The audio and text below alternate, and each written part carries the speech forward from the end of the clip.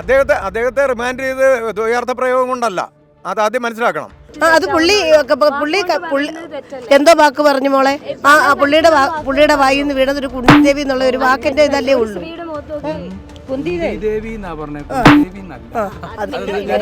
എങ്കിലും ഉണ്ടല്ലോ ഇത്രയും വർത്തമാനമൊന്നും പറയില്ല. പൈസയ്ക്ക് റേറ്റിങ്ങിന് വേണ്ടി ഇതുപോലത്തെ പരിപാടി ചെയ്ത് റേറ്റിംഗ് ആകാനൊന്നും ആരും പോകണ്ട. തകർക്കാം. ഇന്ന് മേഡം ഇതുപോലെ വന്ന് നിൽക്കുന്നു. മേഡം എന്നെ എന്തെല്ലാം ചെയ്തെന്ന് എനിക്ക് വേണേൽ പറഞ്ഞൊരു കേസ് കൊണ്ട് കൊടുക്കാം. മേഡം ഈ ക്യാമറയും പിടിച്ച് ഇതും പിടിച്ച് ഇങ്ങനെ നിൽക്കുന്നൊന്നുമല്ല. മേഡം പ്രതികരിക്കേണ്ട ഇടത്ത് നമ്മൾ പ്രതികരിക്കണം. ഇത് 4-5 മാസം കഴിഞ്ഞപ്പോൾ ആ പുള്ളിക്കാരത്തി ആ മേഡം പോയി എന്തിനായി പ്രതികരിക്കുന്നത്? ആ മേഡം പറഞ്ഞത് ഒരിക്കലും ശരിയല്ല. വരുന്നത് മേഡം എന്തെല്ലാം വരാം, മേഡത്തെക്കുറിച്ച് എന്തെല്ലാം പറയുന്നുണ്ടെന്ന് മേഡം കേൾക്കുന്നുണ്ടോ? ഇല്ലല്ലോ. ഒന്നായിരുന്നെങ്കിലോ നേരെ തിരിച്ച് ഹണി റോസ് ആണ് ഇതിനകത്ത് ജയിലിലെങ്കിൽ നിമിഷങ്ങൾക്കകം അവരെ റിലീസ് ചെയ്ത് വിട്ടേനായിരുന്നല്ലോ. തികച്ചും ഒരു വ്യക്തിയോട് കാണിക്കുന്ന, ഇപ്പോൾ ബോച്ച എന്നല്ല, ഒരു വ്യക്തിയോട് കാണിക്കുന്ന ഏറ്റവും വലിയ ക്രൂരതയാണ് ഇത്. മേഡം ഞാനൊരു കാര്യം പറയട്ടെ. മേഡം എന്നോടോ എൻ്റെ മക്കളോടോ ചോദിച്ചാൽ ആ സാറ് ആ ചോദിച്ചെങ്കിൽ തെറ്റാണെന്നുണ്ടെങ്കിൽ ആ സ്പോട്ടിൽ തന്നെ പ്രതികരിക്കണമായിരുന്നു. ഇതിപ്പോൾ 3-4 മാസം കഴിഞ്ഞാണോ പ്രതികരിക്കുന്നത്? തെറ്റ് കാണുന്നില്ല. ഉറപ്പായിട്ടും ബോച്ച ഇതിൽ തെറ്റ് ചെയ്തിട്ടില്ല, കുറ്റക്കാരനല്ല. ഹണി റോസ് പറഞ്ഞത് ഞങ്ങളുടെ ഒരു എന്താ പറയുക, ഒരു യുദ്ധത്തിന് തന്നെ യുദ്ധം പ്രഖ്യാപിച്ചിരിക്കുന്നു. അപ്പോൾ ബോച്ച ആയതുകൊണ്ട്, ഒരു പുരുഷനായതുകൊണ്ട് എന്തും ആകാമെന്നുള്ള ഒരു തോന്നിവാസമാണ് ഇവിടെ നമ്മൾ കാണുന്നത്. ഞാനങ്ങനെ പറയാനുള്ള കാരണം എന്ന് പറഞ്ഞാൽ ഇതൊരു വ്യാജ പരാതിയാണ്. പ്രത്യേകിച്ച് ഹണി റോസ് അദ്ദേഹത്തിൻ്റെ, നമ്മുടെ ബോച്ചയുടെ ഒരു സ്വർണ്ണക്കട ഉദ്ഘാടനം ചെയ്യാൻ പോവുകയും അവരവിടെ നല്ല രീതിയിൽ എല്ലാവരോടും ഇടപെടുകയും ചെയ്ത് സന്തോഷമായിട്ട് പിരിഞ്ഞു. അടുത്ത് രണ്ടാമതൊരു പ്രോഗ്രാം അതിനും പോയി. ഇപ്പോൾ ഇതെല്ലാം പോകുമ്പോൾ, ബോച്ചയുടെ ഒരു പ്രോഗ്രാമിന് പോകുമ്പോൾ നമ്മളെല്ലാവരും മനസ്സിലാക്കുന്നതെന്ന് പറഞ്ഞാൽ അയാൾ ദ്വയാർത്ഥം സംസാരിക്കുന്ന ഒരാളാണ്. അതെല്ലാവരും അറിഞ്ഞിട്ടാണ്. ബോച്ച എന്ന് പറയുമ്പോഴേ നമ്മൾ ദ്വയാർത്ഥം പ്രയോഗങ്ങളാണ്, അത് നമ്മൾ ആസ്വദിക്കുന്നവരാണ്. ഞാനുൾപ്പെടെയുള്ളവരെന്ന് പറഞ്ഞാൽ ദ്വയാർത്ഥ പ്രയോഗങ്ങൾ ആസ്വദിക്കുന്നവരാണ്. അദ്ദേഹത്തിൻ്റെ ഞാൻ ഫോളോ ചെയ്യുകയും ഈ കാര്യങ്ങൾ ഞങ്ങളത് കേട്ട് ആസ്വദിക്കുകയാണ്. അങ്ങനെ കേരളത്തിൽ ഇപ്പോൾ വന്ന് നിൽക്കുന്ന ഒരു സ്ത്രീകൾ ഉൾപ്പെടെയുള്ളവർ യഥാർത്ഥം പറഞ്ഞാൽ അദ്ദേഹത്തിന് ഏതെങ്കിലും ഒരു രീതിയിൽ അദ്ദേഹം ഇവരെയൊക്കെ സഹായിച്ചിട്ടുള്ളവരായിരിക്കാം. അപ്പോൾ ഈ സമൂഹത്തിന് നന്മ ചെയ്യുന്ന, നല്ല പ്രവൃത്തികൾ ചെയ്യുന്ന, വീടില്ലാത്തവർക്ക് കയറിക്കിടക്കാൻ ഒരു വീട് കൊടുക്കുന്ന, ഭക്ഷണമില്ലാത്തവർക്ക് ഭക്ഷണം കൊടുക്കുന്ന, അങ്ങനെ രോഗികൾക്ക് ട്രീറ്റ്മെൻറ്റിന് വേണ്ടി സഹായിക്കുന്ന, ഇങ്ങനെയുള്ള ഒരു നല്ല മനസ്സിൻ്റെ ഉടമയായിട്ടുള്ളൊരു വ്യക്തിയെ ഈ രീതിയിൽ തേജോവധം ചെയ്ത് അദ്ദേഹത്തെ ജയിലിലടയ്ക്കുവാൻ മാത്രം, കാരണം എന്താ, മുഖ്യമന്ത്രി വരെയൊക്കെയാണ് വിളിച്ചിരിക്കുന്നത്. നമ്മൾ മനസ്സിലാക്കണം. ഞാനും ഒരു ഇടതുപക്ഷക്കാരനാണ്, ചിന്താഗതിക്കാരനാണ്. പക്ഷേ അവിടെ മുഖ്യമന്ത്രി വിളിക്കുന്നു, പോലീസ് ഡിപ്പാർട്ട്മെൻറ്റിൽ നിന്ന് DGP വിളിക്കുന്നു. അത് മാത്രവുമല്ല, ഒരു സ്പെഷ്യൽ സ്ക്വാഡ് രൂപീകരിക്കുകയാണ്. ആള് ദ്വയാർത്ഥ പ്രയോഗം നടത്താറുള്ള ആളാണ് എന്ന് അറിഞ്ഞിരിക്കെങ്കിലും ഇത് നമ്മൾക്കെതിരെ, അതായത് ഒരു സ്ത്രീക്കെതിരെ വീണ്ടും അത് ആവർത്തിച്ചാൽ അതിന് കേസ് കൊടുക്കാൻ പാടില്ല എന്നുണ്ടോ? ആയിക്കോട്ടെ, ദ്വയാർത്ഥ പ്രയോഗത്തിന് ഇപ്പോൾ കംപ്ലൈൻറ്റ് കൊടുത്തു എന്നിരിക്കട്ടെ, അത് ജാമ്യം കിട്ടുന്നതാണ്. ബെയിൽ കിട്ടുന്ന ഒരു കേസല്ലേ, അത് സ്റ്റേഷൻ ജാമ്യം കിട്ടുന്നതല്ലേ. അത് മാത്രമല്ല, ഇവിടെ ബലാത്സംഗ ഹേമ കമ്മിറ്റി റിപ്പോർട്ടൊക്കെ ഇറങ്ങിയപ്പോൾ ബലാത്സംഗ കേസിലെ പ്രതികളുണ്ടല്ലോ, അപ്പോൾ പ്രതികളെന്ന് ആരോപിക്കപ്പെടുന്നവർ അവർക്ക് ജാമ്യം എടുക്കുവാനുള്ള സമയം കൊടുത്തു. 1, 2, 3 ആഴ്ച അല്ലെങ്കിൽ 1 മാസം വരെയൊക്കെയാണ് സമയം കൊടുത്തത്. ആ സമയം എന്തുകൊണ്ട് ബോച്ചയ്ക്കുണ്ടായില്ല? ബോച്ച ആരെയും ബലാത്സംഗം ചെയ്തിട്ടില്ല, അദ്ദേഹം ഒരു കൊലപാതകയല്ല, അദ്ദേഹം വേറൊരു നന്മ ചെയ്യുന്ന, സമൂഹത്തിൽ നന്മ ചെയ്യുന്ന ആള് എന്നത് വീണ്ടും ഒരു തെറ്റ് ആവർത്തിക്കുമ്പോൾ, തെറ്റ് ചെയ്യുമ്പോൾ ആ നിയമത്തിന് മുമ്പിൽ ഒരു ന്യായീകരണമാവില്ലല്ലോ ഒരിക്കലും. ഞാൻ പറഞ്ഞത് തെറ്റെന്ന് പറയുന്നത് അദ്ദേഹം ചെയ്ത തെറ്റെന്താണ്? ദ്വയാർത്ഥ പ്രയോഗം, അതല്ലേ ഉദ്ദേശിക്കുന്നത്? ഈ ദ്വയാർത്ഥ പ്രയോഗം ചെയ്യാത്തതാരാണ്? നമ്മളും ഏതെങ്കിലും രീതിയിൽ. പിന്നെ ഒരു കാര്യം, ഇത് ഈ പറയുന്നതിനല്ല, ഞാൻ ഒരു കാര്യം പറഞ്ഞോട്ടെ, ഈ പറയുന്നതിനെല്ലാം മോശം വാക്കാണ് എന്ന് നമ്മളാണ് കണ്ടുപിടിക്കുന്നത്. അദ്ദേഹം പറഞ്ഞിട്ടില്ല. അപ്പോൾ അദ്ദേഹം പറഞ്ഞ ഒരു വാക്കെന്ന് വെച്ചാൽ നടി എന്ന് പറഞ്ഞാൽ നടി എന്നല്ലേ പറഞ്ഞുള്ളൂ, വെടി എന്ന് പറഞ്ഞു. ഈ വെടിക്ക് വേറൊരു അർത്ഥം കണ്ടെത്തിയത് നമ്മളല്ലേ? അത് നമ്മുടെ ഭാഗത്തുള്ള തെറ്റല്ലേ? അദ്ദേഹം അങ്ങനെ പറഞ്ഞിട്ടില്ല. അദ്ദേഹം ഈ രീതിയിൽ പറഞ്ഞു. വെടിക്ക് എന്തെല്ലാം അർത്ഥമുണ്ട്? നമ്മളിപ്പോൾ അവിടെ പടക്കം വെക്കാൻ പോകുന്നു, അതിന് നമ്മൾ വെടിയെന്ന് പറയാറില്ലേ? അല്ലെങ്കിൽ വേറെ എന്തെല്ലാം നുണ പറയുന്നവരെ നമ്മൾ വെടി പറയുന്നു എന്നല്ലേ പറയണേ? അപ്പോൾ ഓരോ ജില്ലയിൽ ഓരോരോ സ്ലാങ് ഉണ്ട്, അതിനനുസരിച്ചുള്ള ഭാഷാ വ്യത്യാസങ്ങളും വരും. അത് മാത്രമേ ഇവിടെ നടന്നിട്ടുള്ളൂ. അല്ലാതെ അതിന് ഇത്രയും മാത്രം രാഖിരാമാണോ ഒരാളോ ഒരു സ്ക്വാഡ് രൂപീകരിക്കുക, അദ്ദേഹം വയനാട്ടിലേക്ക് പോയി അദ്ദേഹത്തിൻ്റെ റിസോർട്ടിൽ നിന്ന് അദ്ദേഹം ജാമ്യം എടുക്കാൻ വേണ്ടി പുറത്തിറങ്ങി വരുന്ന സമയത്ത് അദ്ദേഹത്തെ അറസ്റ്റ് ചെയ്യുക, അദ്ദേഹത്തെ കൊണ്ടുവന്ന് എന്താ പറയുക, വലിയൊരു തീവ്രവാദിയെ കൊണ്ടുവരുന്ന രീതിയിൽ എറണാകുളം വരെ കൊണ്ടുവന്ന് കേസ് രജിസ്റ്റർ ചെയ്യുക, എന്നിട്ട് അദ്ദേഹത്തെ ജയിലിലോട്ട് പറഞ്ഞു വിടുക. അത് തെറ്റായിട്ടുള്ള നയമല്ലേ? പിന്നെ ബോച്ച കുടിക്കതല്ലേ? ഇതിനകത്തൊരു വലിയൊരു ടീം വർക്ക് നടന്നിട്ടുണ്ട്. കാരണം ടീം വർക്ക് എന്ന് പറഞ്ഞാൽ ഇപ്പോൾ മുഖ്യമന്ത്രി വരെ ഇടപെടണമെന്ന് ഈ നിസ്സാര കാര്യത്തിന് മുഖ്യമന്ത്രിക്ക് ഇടപെടണമെന്ന് 100,000 കാര്യം കിടക്കുകയാണ്. നിസ്സാര കാര്യമല്ല ഇത്. പിന്നെ എത്ര നമ്മൾ ഇതിനേക്കാൾ, ഞാൻ പറയട്ടെ, സ്ത്രീകൾ എത്രയോ സ്ത്രീകൾ ഈ അടുത്ത കാലത്ത് ഒരുപാട് ഇരയായിട്ടുള്ള സ്ത്രീകളുണ്ട്. അവർക്ക് എവിടെയെങ്കിലും നീതി കിട്ടിയിട്ടുള്ളതായിട്ട് നിങ്ങൾക്കറിയോ? അല്ല, ഈ ഇരയാക്കപ്പെടുക എന്നുള്ളതെന്ന് വെച്ച് കഴിഞ്ഞാൽ ഈ ബലാത്സംഗം ചെയ്തു എന്നുള്ളത് മാത്രമല്ലല്ലോ, അല്ല, ഷെയ്മിങ് ചെയ്യപ്പെട്ടാലും അതുകൊണ്ടാണ് പറഞ്ഞത്. പൊതുവായൊരു വേദിയിൽ സക്ഷയം ചെയ്യപ്പെട്ടാലും അതിനെ തന്നെയല്ലേ. അത് മാത്രമല്ല, ഹണി റോസ് ഇതിന് മുന്നേ വാൺ ചെയ്തിട്ടുണ്ട് എന്ന് പറഞ്ഞു. ആരോട് വാൺ ചെയ്തു? മാനേജറോടാണ് പറഞ്ഞത്. ഇത് മാനേജർ അല്ലേ? ഈ ഞാൻ പറഞ്ഞോട്ടെ, ബോബി ചെമ്മണ്ണൂർ ഒരിക്കലും ഈ പറയുന്ന ഹണി റോസിനെ ഡയറക്റ്റ് വിളിച്ചിട്ടില്ല, ഒരു മെസ്സേജ് അയച്ചിട്ടില്ല, മോശം കമൻസുകൾ പറഞ്ഞിട്ടില്ല.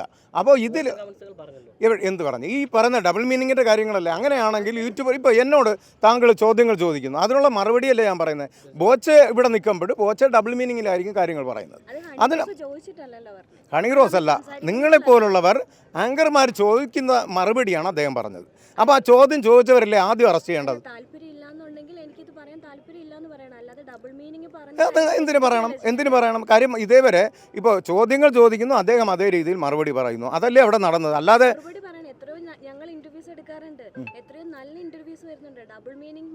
ബോച്ചെ എന്ന് പറഞ്ഞാൽ അങ്ങനെയാണ്, അത് അറിഞ്ഞിട്ടല്ലേ പോയത്. അത് ഞാൻ ചോദിക്കുന്നത് അതാണ്. ഈ അദ്ദേഹം അങ്ങനെയാണ് എന്നുള്ളത്, ഒരു വ്യക്തിയുടെ സ്വഭാവം അങ്ങനെയാണ് എന്നുള്ളത് അയാൾ തെറ്റ് ചെയ്യുന്ന ന്യായീകരിക്കാനുള്ളതാകും. എന്ത് തെറ്റാണ് ചെയ്തത്? ഡബിൾ മീനിങ് ആണോ തെറ്റ്? അപ്പോൾ വേറെ ആരും തെറ്റ് ചെയ്യുന്നില്ലേ? ഡബിൾ മീനിങ് ആണ്. പക്ഷെ അദ്ദേഹം തെറി പറഞ്ഞിട്ടില്ല. ഈ തെറി നമ്മളാണ് എടുക്കുന്നത്. അതിന്റെ ഡബിൾ മീനിങ് നമ്മളാണ് മോശം അവസ്ഥ ചിന്തിക്കുന്നത്. അത് നമ്മൾ മനസ്സിലാക്കണം.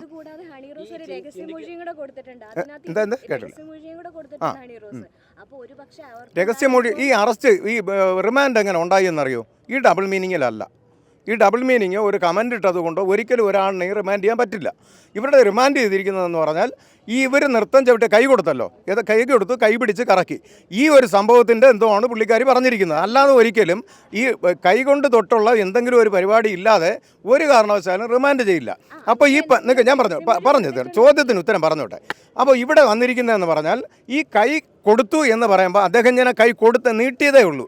പിടിച്ചതാരാണ്? ഹണി റോസാണ്. ഹണി റോസ് പിടിച്ചിട്ടാണ് അവിടെ കറക്കുന്നത് അല്ലേ?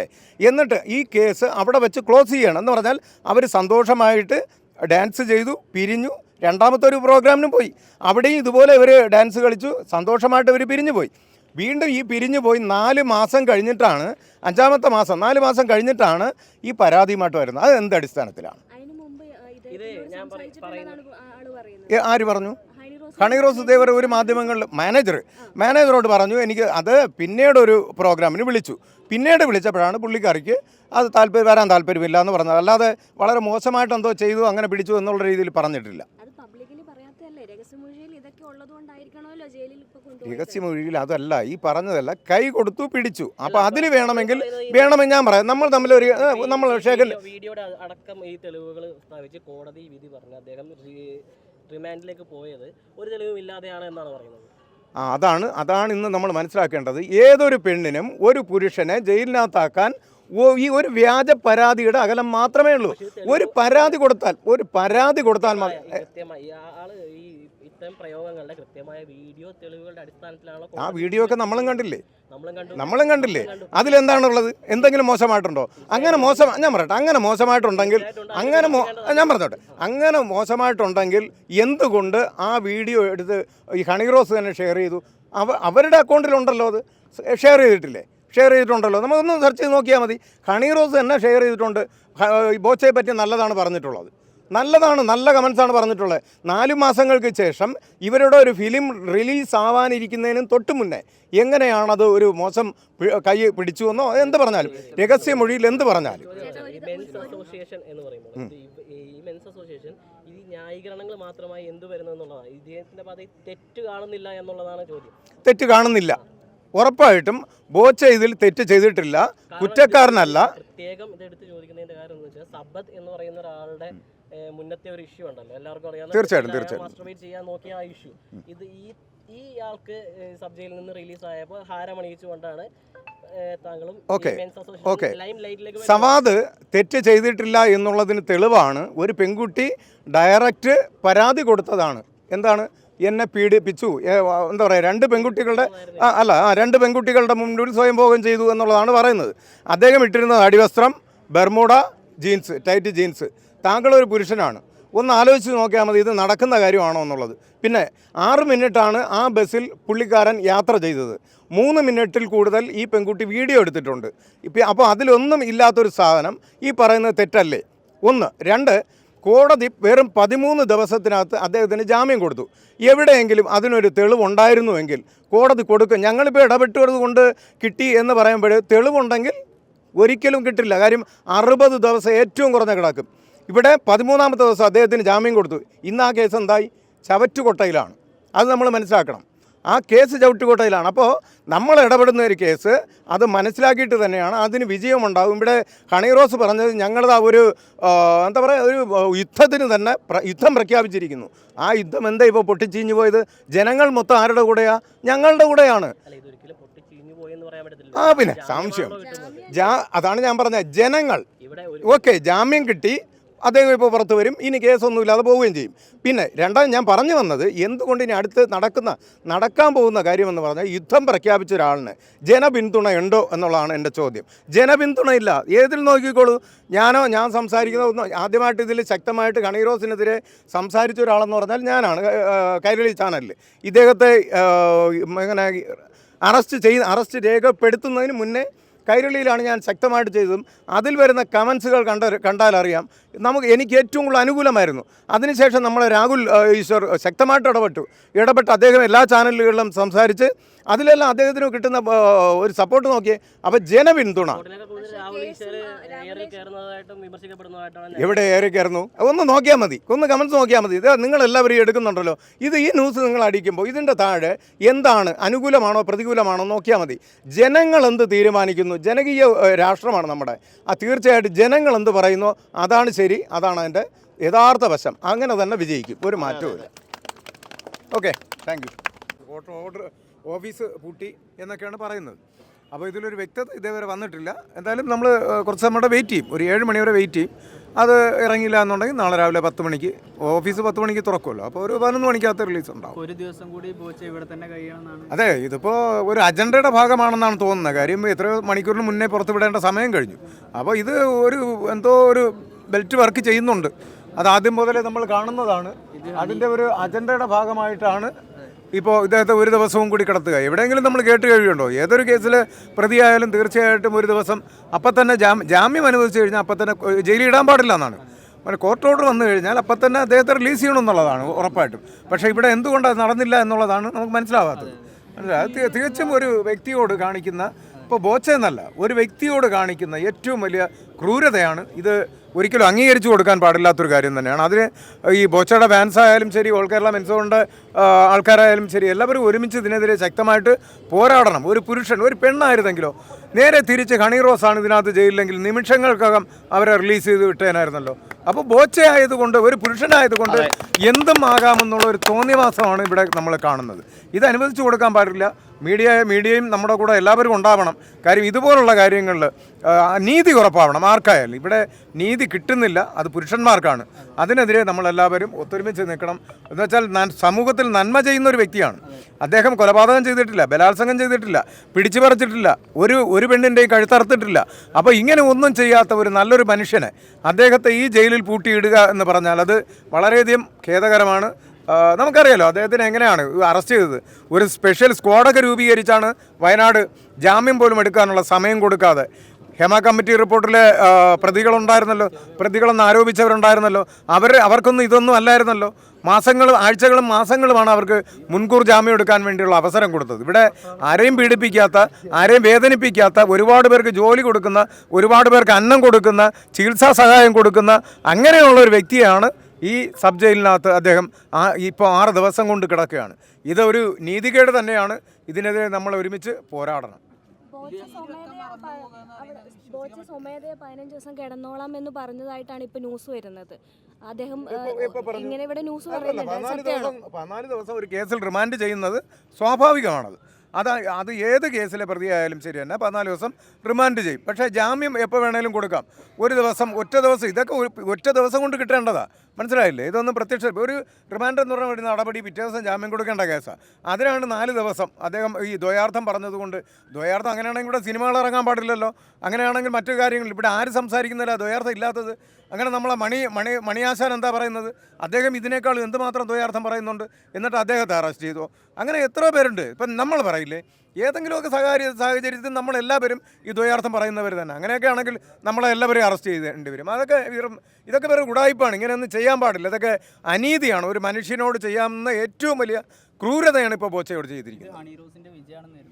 ഹണി റോസിൻ്റെ പരാജയമാണ് ഓരോ നിമിഷവും. അതിന് മാറ്റമൊന്നുമില്ല. ഹണി റോസ് നശിക്കാൻ പോവുക. അതിനുള്ളതാണ് ഇപ്പോൾ നടന്നുകൊണ്ടിരിക്കുന്നത്. കാരണം എന്ന് പറഞ്ഞാൽ ഓരോ ദിവസവും അദ്ദേഹം ജയിലിൽ കിടക്കുമ്പോൾ ആർക്കാണ് ഇവിടെ പിന്തുണ കൂടുന്നത്? ഹണി റോസിനാണോ? ഹണി റോസിന് ഒരിക്കലും പിന്തുണ കൂടുന്നില്ല, കുറയുകയാണ്. അതാദ്യം മനസ്സിലാക്കണം. ഇവിടെ ജനകീയ ഭരണമാണ് ഇവിടെ നടക്കുന്നത്. നമ്മുടെ ഭരണഘടനയിൽ ജനാധിപത്യമാണ് അത്. അപ്പോൾ ജനങ്ങൾക്ക് പറയാനുള്ള അഭിപ്രായം പറയും. ആ അഭിപ്രായം പറയുമ്പോൾ അതിൽ ആർക്കും പൊള്ളേണ്ട കാര്യമില്ല. അവരുടെ വിജയമല്ല. മനസ്സിലായില്ലേ? ഇറങ്ങിക്കഴിഞ്ഞാലും അദ്ദേഹത്തിൻ്റെതായിട്ടുള്ള തനതായ ശൈലിയിൽ അദ്ദേഹം പറയണമെന്നാണ് എൻ്റെ അഭിപ്രായം. ഞങ്ങൾ പറയും തീർച്ചയായിട്ടും. രാഷ്ട്രീയം ഉണ്ടല്ലോ. അല്ലെങ്കിൽ പിന്നെ മുഖ്യമന്ത്രി എങ്ങനെയാണ് ഒറ്റ ദിവസം കൊണ്ട് ഈ ഹണി റോസിനെ വിളിക്കേണ്ട കാര്യം എന്തോ? ഹണി റോസ് മുഖ്യമന്ത്രിയായിട്ട് സംസാരിച്ചെന്ന് ഹണി റോസ് തന്നെ പറയുകയാണ്. DGP ആയിട്ട് സംസാരിച്ചെന്ന് പറയുന്നു.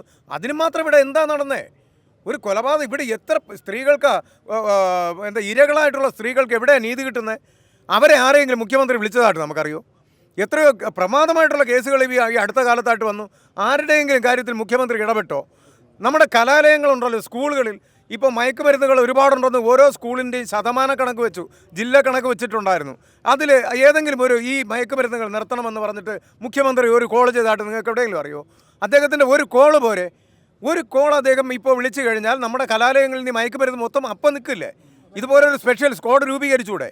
അതൊക്കെയല്ലേ ചെയ്യേണ്ടത് ആദ്യം? പിണറായിയുടെ കൈയുണ്ടെന്ന് പറഞ്ഞില്ല. പിണറായി എങ്ങനെ ഈ കേസിൽ പുള്ളിക്കാരി ഒരു പോസ്റ്റ് ഇട്ട ഉടനെ അതിലിടപെട്ടു എന്നുള്ളതാണ്. അപ്പോൾ ഇത്രയും വലിയ പ്രമാദമായിട്ടുള്ള കേസ് വേറെ ഇല്ലയോ? മുഖ്യമന്ത്രി ഇടപെടണം. പക്ഷേ ഒരു കാര്യം, ഈ അനന്തമായിട്ടൊരാളിനെ നീതി നിഷേധിക്കുന്നതാണ് തെറ്റ്. മുഖ്യമന്ത്രി എല്ലാ കേസിലും ഇടപെടണം. ഈ കേസ് മാത്രമല്ല, എനിക്കൊരു കാര്യം പറയാനുണ്ട്. ഈ കേസ് മാത്രമല്ല, എല്ലാ കേസിലും ഇടപെടണം. മുഖ്യമന്ത്രി ഇതിന് കാണിച്ച ആവേശം എല്ലാത്തിലും കാണിക്കണമെന്നാണ്. ഞാൻ ഈ പാർട്ടിക്കാരനായതുകൊണ്ടാണ് പറയണം ഇത്രയും ശക്തമായിട്ട്, കേട്ടോ.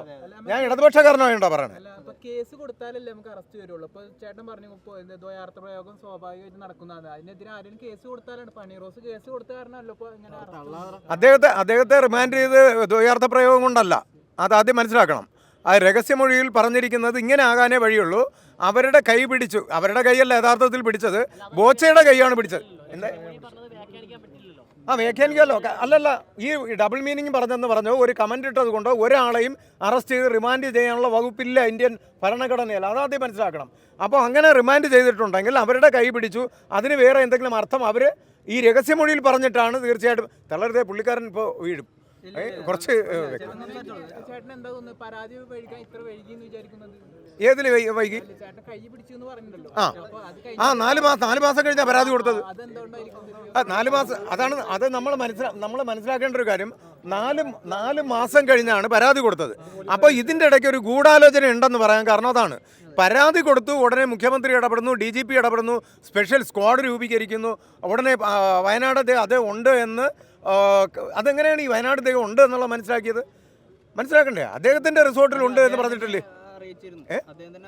അതെ. അപ്പോൾ അദ്ദേഹത്തിന് മുൻകൂർ ജാമ്യം എടുക്കാനുള്ള സമയം കൊടുക്കണ്ടേ?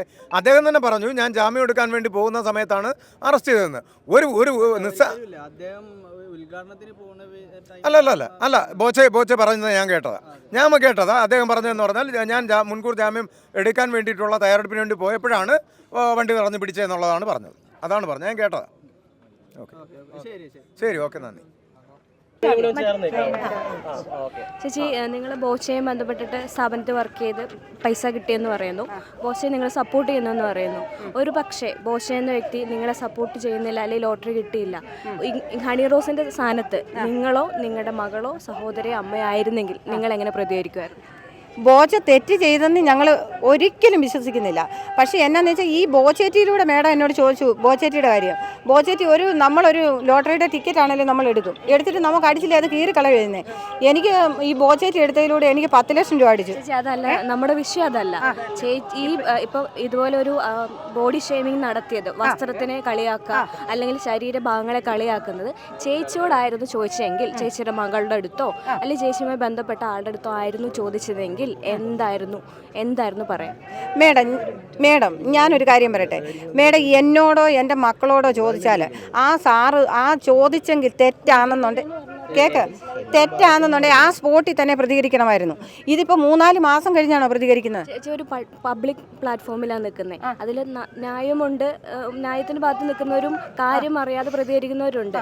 അവരതുമായി ബന്ധപ്പെട്ടിട്ട് ഡീറ്റെയിൽ ആയിട്ട് സ്റ്റഡി ചെയ്തിട്ട് ഇതിനു മുമ്പ് കംപ്ലൈൻറ്റ് കൊടുത്തിട്ടുണ്ടോ ഇല്ലയോ എന്ന് അറിയില്ല. ഇപ്പോഴാണ് ഇത് പുറത്തു വന്നത് എന്നുള്ളതാണ്.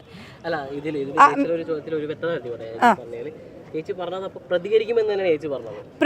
ആ സ്പോട്ടിൽ പ്രതികരിക്കണം. അപ്പൊ ഹണി റോസ് 4 മാസം കഴിഞ്ഞ് പ്രതികരിച്ചതിലെ പ്രശ്നം ചേട്ടാ ഒരു മിനിറ്റ് അത് മാറ്റി. ഹണി റോസ് 4 മാസം കഴിഞ്ഞതിൽ പ്രതികരിച്ചതാണ് തെറ്റ് എന്നാണ് പറയുന്നത്. ചേച്ചിയായിരുന്നെങ്കിൽ അത് അപ്പം തന്നെ പ്രതികരിച്ചു. എന്നെ സംബന്ധിച്ച് ഞാനും ഒരു സ്ത്രീയാണ്. സ്ത്രീകൾക്ക് സംരക്ഷണം വേണം എപ്പോഴും. പക്ഷെ ഞാനൊരു കാര്യം പറയുന്നു, ഹണി റോസ് ചെയ്തത് ഏറ്റവും വലിയ തെറ്റ് എന്നാന്ന് വെച്ചാൽ അവിടെ ഇവിടെ കേട്ടിട്ട് ഓടി വന്ന് പറയുന്നതല്ല. നമ്മൾ സ്പോട്ടിൽ നമ്മൾ പ്രതികരിക്കണം. ഇന്നിപ്പോൾ സാർ ഇവിടെ നിൽക്കുന്നു, സാർ എന്നോട് മോശമായിട്ട് പ്രവർത്തിച്ചാൽ എനിക്ക് കൈയുണ്ട്, ഞാൻ നല്ല അടി തരും. അതാ എൻ്റെ സ്വഭാവം. ഞാൻ അങ്ങനത്തെ ഒരു വ്യക്തിയാണ്. പറയുന്നത് എന്താണെന്ന് വെച്ച് കഴിഞ്ഞാൽ ബോച്ചെ അത്തരത്തിലൊരു പ്രസ്താവന പറഞ്ഞത് ഇപ്പൊ ചേച്ചിയോടോ ചേച്ചിയുടെ മകളോടോ അങ്ങനെ എന്തെങ്കിലും ആണെങ്കിൽ അപ്പൊ തന്നെ പ്രതികരിച്ചാലേ സാറേ ആ സ്പോട്ടിൽ നമ്മൾ പ്രതികരിക്കുകയും ചെയ്യും. അതിനെന്തുവാ സാറേ ചെയ്ത് തെറ്റായിപ്പോയി, അത് സാർ ഇനി മേലാൽ ഒരു സ്ത്രീയോട് ആവർത്തിക്കരുതെന്ന് പറയും. ഇത് തെറ്റെന്തോ ചെയ്തത്? അല്ല തെറ്റ് ഒരിക്കലും ചെയ്തിട്ടില്ല. കുന്തിദേവി ഒന്നും പറയണ്ട, അതല്ല വിഷയം. ഇവിടെ കുന്തിദേവിയുടെ ഒരു വിഷയമില്ല. ഞാൻ ചോദിക്കട്ടെ, ഞങ്ങളും കണ്ടു ആ വീഡിയോ. അത് പുള്ളി എന്തോ വാക്ക് പറഞ്ഞു മോളെ. പുള്ളിയുടെ വായിൽ നിന്ന് വീണത് ഒരു കുന്തിദേവി എന്നുള്ള ഒരു വാക്കിന്റെ ഇതല്ലേ ഉള്ളൂ.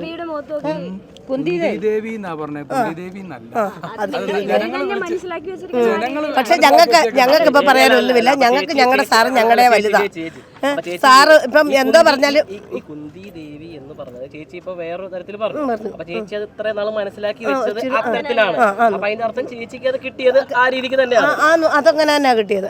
അങ്ങനെ തന്നെ. അപ്പൊ അതിലൊരു അതിപ്പോ ചേച്ചിയോടോ ചേച്ചിയുടെ മകളോടോ അങ്ങനെ എന്തെങ്കിലും ആണെങ്കിൽ അത്തരത്തിലൊരു പ്രയോഗം ഒരാൾ അന്നേരം തന്നെ പ്രതികരിക്കണം.